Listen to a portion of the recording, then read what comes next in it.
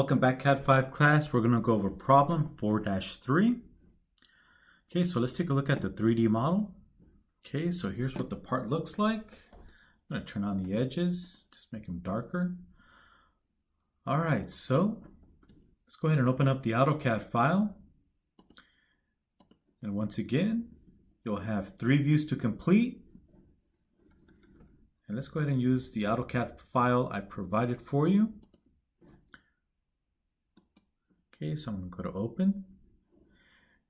And if you go to the folder and you don't see the files, chances are you are set to only see .dwt and everything else is filtered out.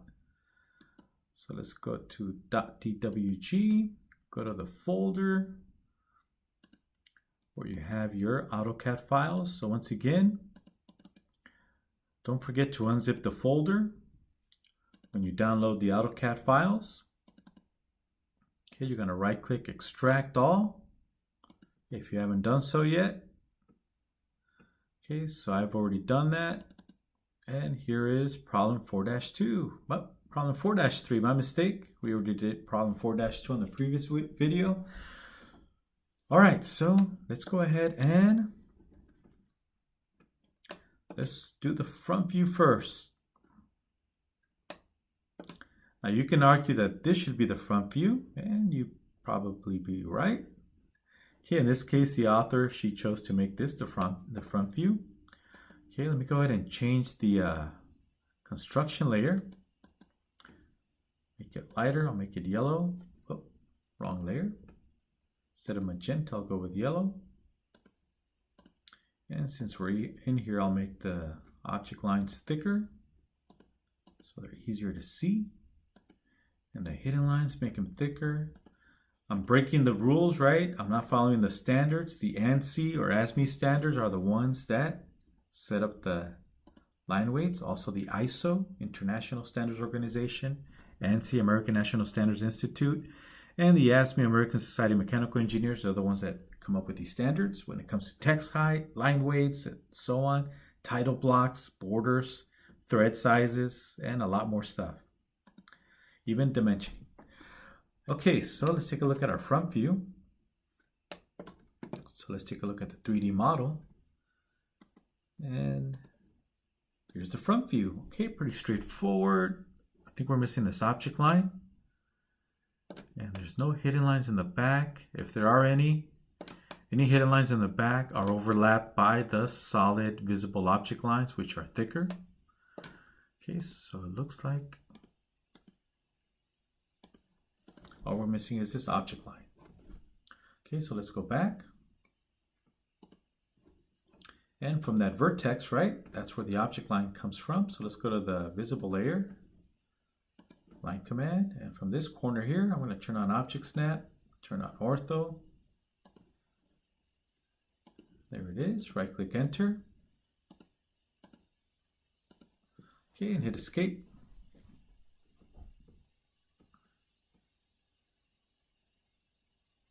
Okay, and there's the front view, done. Okay, now let's move over to the side view. Okay, side view. Okay, so let's rotate this so we can see the right side view. And nothing seems to be missing, but if we slightly rotate, there's this brown surface down here. Now it's green. We cannot see it, but we know it's there. So we need to represent this pocket, this brown pocket. It has a depth here, and we need to represent it with the hidden line. Okay, so we're going to have to draw a red hidden line going across to represent the depth of this pocket. Okay, so let's go back to AutoCAD. So we're going to draw a red hidden line from the bottom of this pocket right here. Okay, let me go ahead and draw a red hidden line. Whoa, I accidentally turned the construction line into a hidden line. Let me hit undo. That was by accident. Hit escape. I had something selected. Okay, so let me hit escape and start over again. So red hidden line. And from the bottom of this pocket, we're going to go across. Oh, I'm in the wrong layer. Hidden layer, there it is. Okay, third time's a charm, right? Let's hope so. So from the bottom of this pocket, we're going to go across. Right click enter, and there's our red hidden line. Okay, ta-da! Hit escape to deselect. Done! That's the right side view. Let's take a look at the answer key and cheat. Okay, there it is. We got our front view and our side view. Now the top view. Okay, so we got to do that from scratch, but luckily we have our construction lines, right? Construction lines. Okay, construction lines are guidelines. If you were doing this from scratch, you would have to create your own construction lines if you chose to use them. Okay, so let's go back to AutoCAD. Okay, so we're going to make use of our construction lines. Notice the 45 always goes off the top right corner of the box for the front view. Let me make that a little bit thicker so we can see it. There it is. Hit escape. Okay, so here is the box for our top view. So let's first start from the front. Go to the visible white object layer. Go to every corner. Oh, let me just go to the extreme left point. Right click enter. Go to the next one. The opposite side, go straight up. Oh, right click enter. One too many clicks. Let me delete this. Okay, so we know that our front view is somewhere in here. Okay, so we know the length. Now we need the depth. Okay, so from the side view, let's use the line command again. White visible layer. Go to the far rightmost extreme point, extremum. Hit the 45, go across. So we know it's in here. Okay, let me hit escape. Shorten it to the correct length. There it is, right? Hit escape. Get rid of the evidence. Delete. All right, so now we're going to go to the extreme left point on this side view. Click, hit the 45, click, and go across.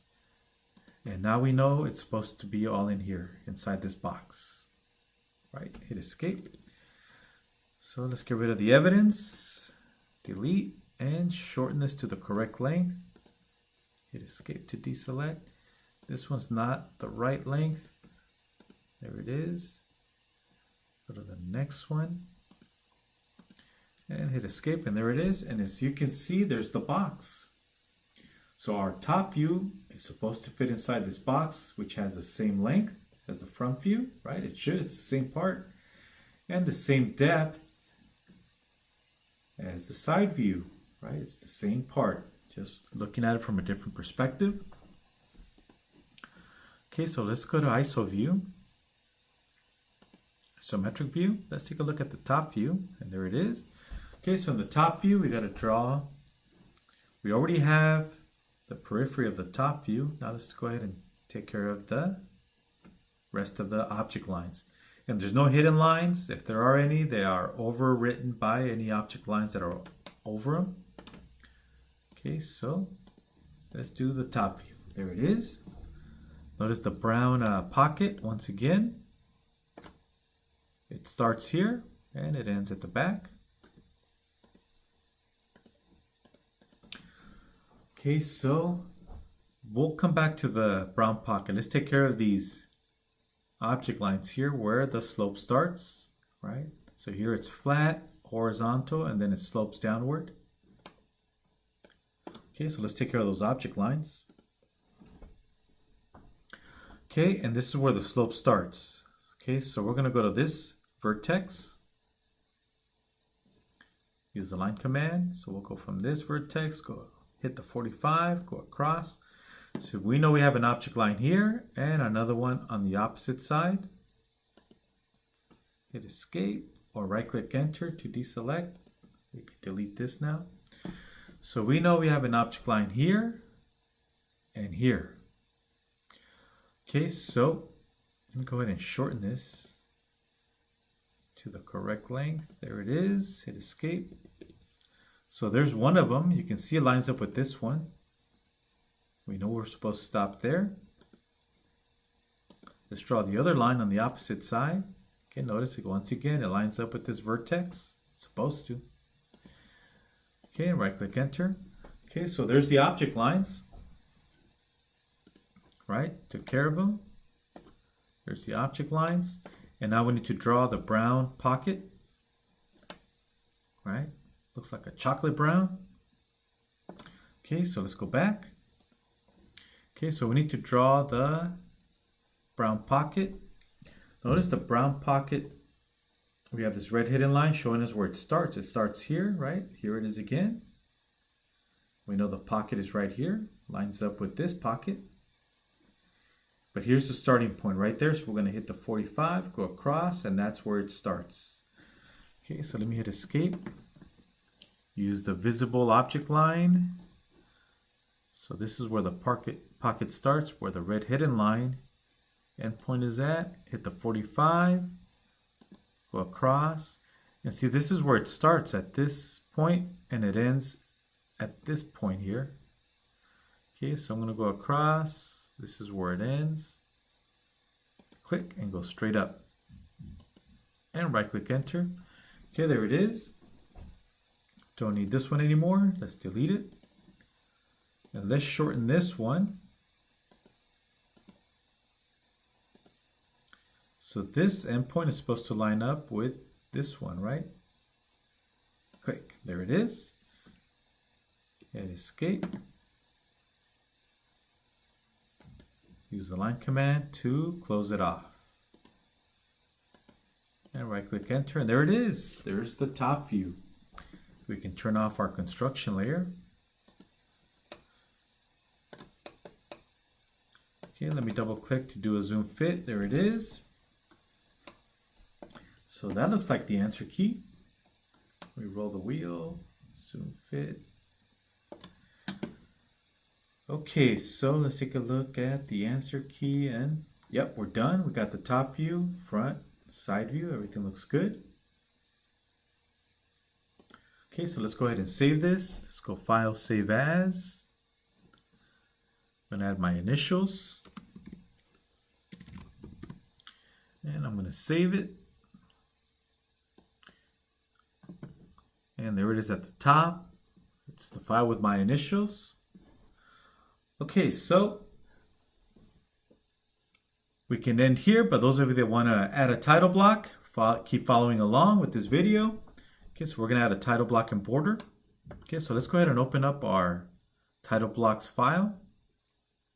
So if I click on AutoCAD, it has all the recent files I've opened, which one of them is title blocks. So if I go to the AutoCAD icon, it shows you the last files that I opened. I'm going to go to title blocks. Okay, so I'm going to go with the B size, 11 by 17. If you want to use a different one, go for it. I'm going to select it, hit Control C on the keyboard to copy. Go back to the tab for problem 4-3. And I'm going to hit Control V as in Victor to locate it in the model. Let me turn on Snap. So Snap allows me to follow the grid in the background. Click, there it is. Okay, so I'm going to window capture my views and move them over.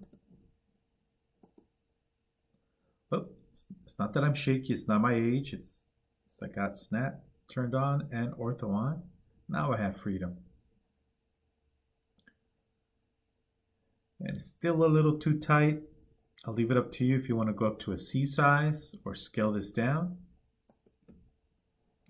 So if you had a choice between a tight fit between your views and the title block, it's actually better to have a lot more room, a lot more space, and go up to the next one.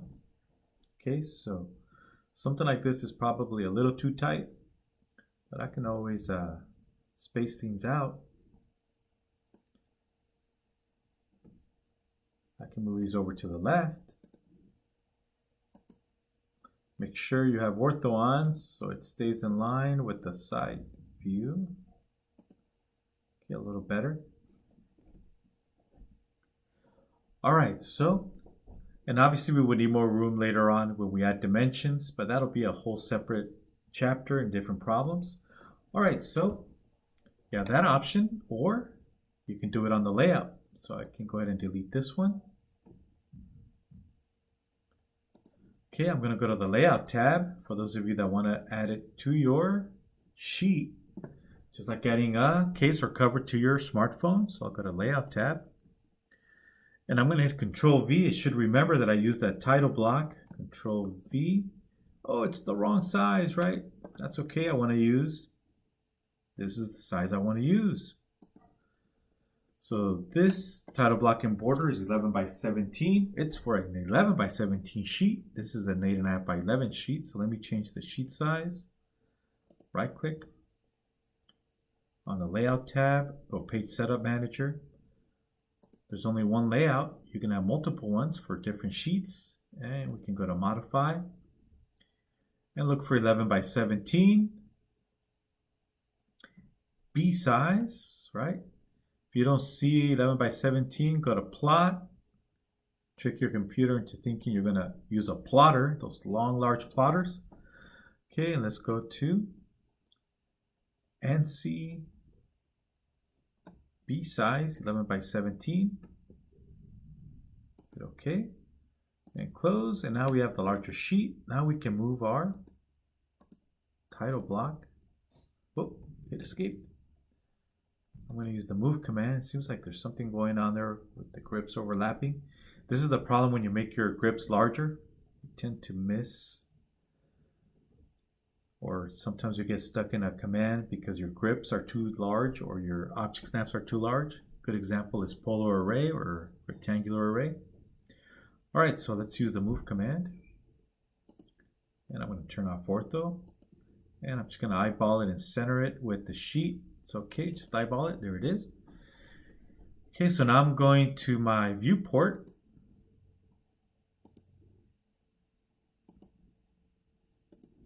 Okay, there's my viewport.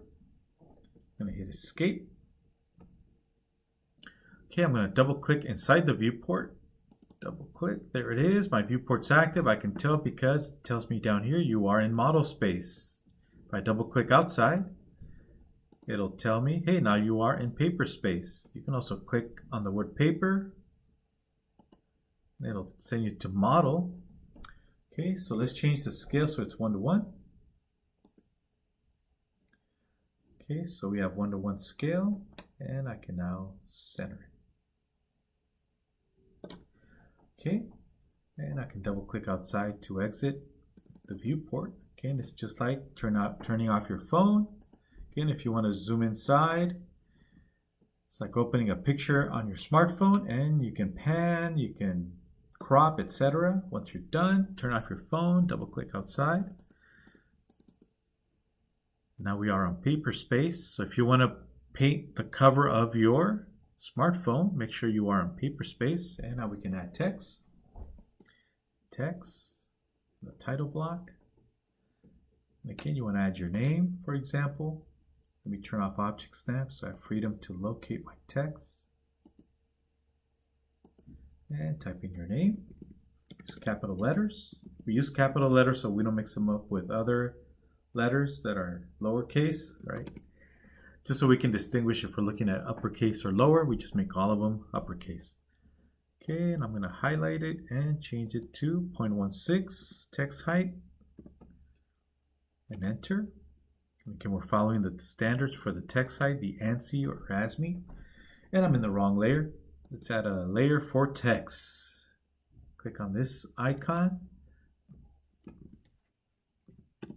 to add a layer.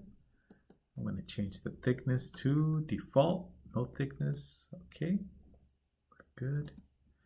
Okay, so we're going to go over to the text layer. We're going to take this text, move it to the text layer. There it is. Hit escape to deselect. All right, so and you should also add a viewport layer. Since we are talking about layers, let's add a viewport layer. And again, avoid using symbols or spaces when it comes comes to naming your layer. Okay, and I'll just make it blue so it stands out.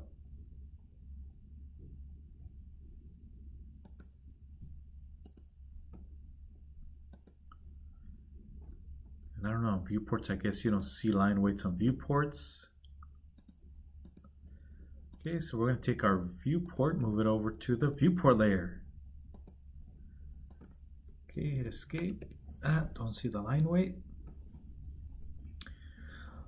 Okay, so if you're done, then you can turn off your viewport layer. Viewport's gone. It's just hidden. It's okay. All right, so I'll let you play around with the text. Okay, so that's the end of problem 4-3. Don't forget to save your work. And if you're ready to email it or upload it into Canvas, make sure to save your work and close the file before you attach it to your email or uploading your homework onto Canvas. All right, end of video.